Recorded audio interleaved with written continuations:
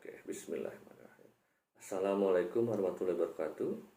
Perkenalkan, nama saya Rizky Aditya Surya Pratama atau SP, SSI MT, di mana pada video review kali ini yaitu pertemuan 2 kuliah Safety Management System atau disingkat SMS, saya akan menjelaskan sedikit mengenai definisi safety atau K3 berdasarkan pengalaman saya menjalani pelatihan K3 Officer beberapa waktu yang lalu. Oke, next. Sebelum kita mulai penjelasannya atau sebelum saya mulai kuliahnya, saya akan mengajak saudara sekalian untuk nobar lagi, yaitu mengenai safety first. Sumbernya dari training K3 Officer yang pernah saya lalui. Baiklah, mari kita nobar sebentar.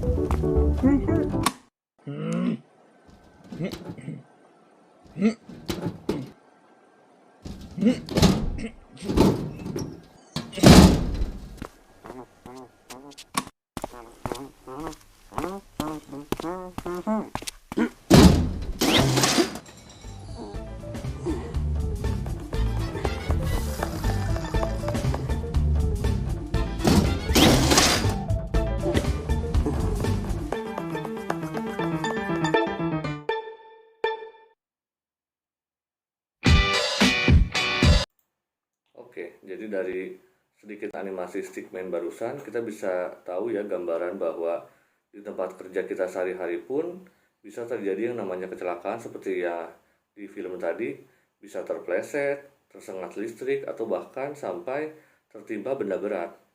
Itu semuanya merupakan risiko yang ada di tempat kerja kita sehari-hari. Jadi untuk meminimalisir hal tersebut, dibutuhkanlah yang namanya K3. Nah, apa sih K3 itu?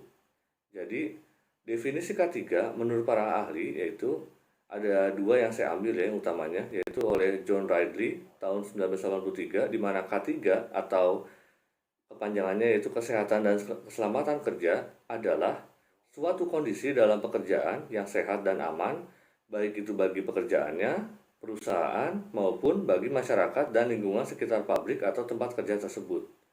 Sedangkan satu lagi oleh Mangkunegara pada tahun 2002, K3 atau keselamatan dan kesehatan kerja itu adalah suatu pemikiran dan upaya untuk menjamin keutuhan dan kesempurnaan baik jasmaniah maupun rohaniah tenaga kerja pada khususnya dan manusia pada umumnya, hasil karya dan budaya untuk menuju masyarakat adil dan makmur. Itu definisi K3 menurut para ahli. Sedangkan secara umum, definisi K3 itu adalah suatu ilmu pengetahuan dan penerapan guna mencegah kemungkinan terjadinya kecelakaan dan penyakit yang disebabkan oleh pekerjaan dan juga lingkungan kerja.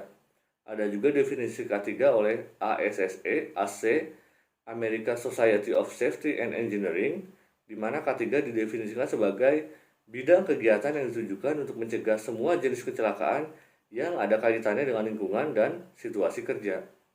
Oke, itulah kira-kira definisi K3 secara umum dan juga oleh para ahli. Next, berikutnya setelah definisi saya akan menjelaskan sedikit mengenai lambang K3. Jadi, seperti yang bisa dilihat di gambar, lambang K3 adalah tanda palang yang dikelilingi oleh gerigi. Nah, apa sih arti dari tanda palang yang dikelilingi oleh gerigi ini?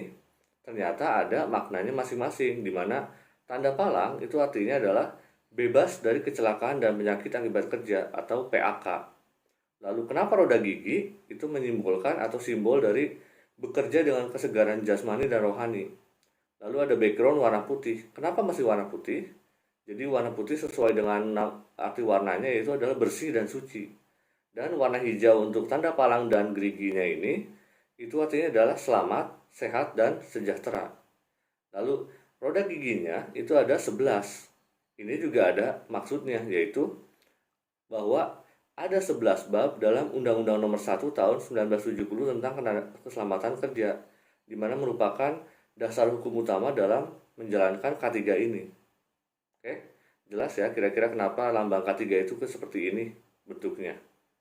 Next, tujuan K3. Jadi, K3 ini memiliki tujuan utama ada 3. Yang pertama, yang paling utama adalah untuk melindungi dan menjamin keselamatan setiap tenaga kerja dan orang lain di tempat kerja. Jadi intinya supaya tidak terjadi kecelakaan kerja. Yang kedua, menjamin setiap sumber produksi dapat digunakan secara aman dan efisien. Dan yang ketiga, secara nasionalnya itu meningkatkan kesejahteraan dan produktivitas nasional. 3 tujuan inilah yang merupakan tujuan utama dilakukannya K3 di seluruh perusahaan yang ada di Indonesia utamanya. Next. Nah, apa sih pentingnya K3 itu? Jadi ternyata program K3 ini sangatlah penting. Makanya kenapa ada kata safety first juga, karena safety itu yang paling utama. Ada 4 yang paling utama kenapa alasan harus dilakukan program K3 ini. Yang pertama, untuk mencegah kerugian fisik dan finansial, baik dari pihak karyawan dan perusahaan. Yang kedua, untuk mencegah terjadinya gangguan terhadap produktivitas perusahaan. Yang ketiga, untuk menghemat biaya premi asuransi. Dan yang keempat, untuk menghindari tuntutan hukum dan sebagai tanggung jawab sosial perusahaan kepada karyawannya. Itulah kenapa 4 alasan kenapa program K3 ini wajib dijalankan di setiap perusahaan. Oke, next. Nah, ini adalah contoh K3. Jadi setiap perusahaan manapun atau tempat kerja di Indonesia terutama yang membutuhkan K3 ini tentunya harus yang paling minimal adalah menyediakan alat pelindung diri atau APD. Seperti di poster ini bisa dilihat ada persyaratan yaitu menggunakan helm, lalu sarung tangan, lalu sepatu khusus atau safety boots. Seragam kerja juga ada yang khusus, ada yang boleh seragam biasa, lalu menggunakan goggle apabila ada bahaya terhadap mata, misalnya di tempat kerja yang pencahayaannya tinggi seperti welding, atau face mask untuk melindungi muka dari cipratan benda berbahaya, misalnya seperti di lab kimia terutama. Oke. Lalu yang kedua adalah adanya penyediaan peralatan pendukung keselamatan dan kesehatan kerja. Contohnya tabung APAR. Itu untuk preventif apabila terjadi kecelakaan terutama kebakaran di tempat kerja. Itu mesti ada di setiap tempat atau di poin-poin tertentu di tempat kerja, terutama yang rawan terjadi kebakaran. Lalu adanya pelatihan keselamatan kerja. Ini penting supaya para pekerja atau karyawan di tempat kerja itu mengetahui apa saja sih hal-hal yang tidak boleh dilakukan di tempat kerja yang berpotensi menyebabkan kecelakaan kerja, dan juga alat-alat apa saja yang berbahaya sehingga tidak boleh sembarangan dipergunakan yang dapat menyebabkan kecelakaan kerja. Lalu adanya asuransi oleh perusahaan untuk menjamin karyawan supaya dapat bekerja dengan tenang. Apabila jaga-jaga apabila terjadi kecelakaan kerja juga. Dan yang terakhir adanya fasilitas dan sarana kesehatan. Contoh paling simpel adalah P3K, kotak P3K dan juga UKS, tempat dokter atau perawat standby apabila terjadi kecelakaan kerja. Karena sebelum dilarikan ke rumah sakit, tentu saja yang harus dilakukan dulu perawatan pertama pada kecelakaan. Makanya dibutuhkan kotak P3K itu harus ada di tempat-tempat strategis, terutama tempat kerja. Oke. Nah, berikutnya, nah ini yang terakhir dan yang paling penting, mungkin saya simpan save the best for the last, dasar hukum K3 di Indonesia. Nah, jadi ada 3 undang-undang utama yang mengatur atau sebagai payung hukum K3 di Indonesia. Yang pertama adalah Undang-Undang Nomor 1 Tahun 1970 yang juga dibahas tadi di Lambang K3 ya, tentang keselamatan kerja. Di mana undang-undang ini khususnya mengatur dengan jelas tentang kewajiban pimpinan tempat kerja dan juga pekerjanya dalam melaksanakan keselamatan kerja. Berikutnya, undang-undang berikutnya tahun 92 yaitu Undang-Undang Nomor 23 tahun 92 tentang kesehatan. Jadi, undang-undang ini menyatakan bahwa secara khusus perusahaan itu berkewajiban memeriksakan kesehatan badan, kondisi mental dan kemampuan fisik pekerja, baik itu yang baru kerja ataupun yang akan dipindahkan ke tempat kerja baru, sesuai dengan sifat-sifat pekerjaan yang diberikan kepada pekerja, serta pemeriksaan kesehatan secara berkala, itu wajib sekarang. Diatur dalam Undang-Undang Nomor 23 tahun 92 ini.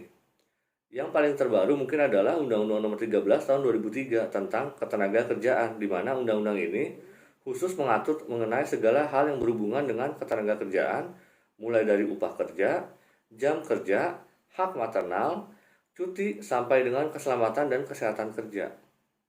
Oke, jelas ya. Jadi 3 undang-undang inilah yang merupakan dasar hukum K3 di Indonesia. Oke, itu saja mungkin yang bisa saya sampaikan sedikit mengenai definisi K3. Terima kasih banyak. Jangan lupa untuk klik like, komen, dan juga subscribe channel saya ini. Wassalamualaikum warahmatullahi wabarakatuh.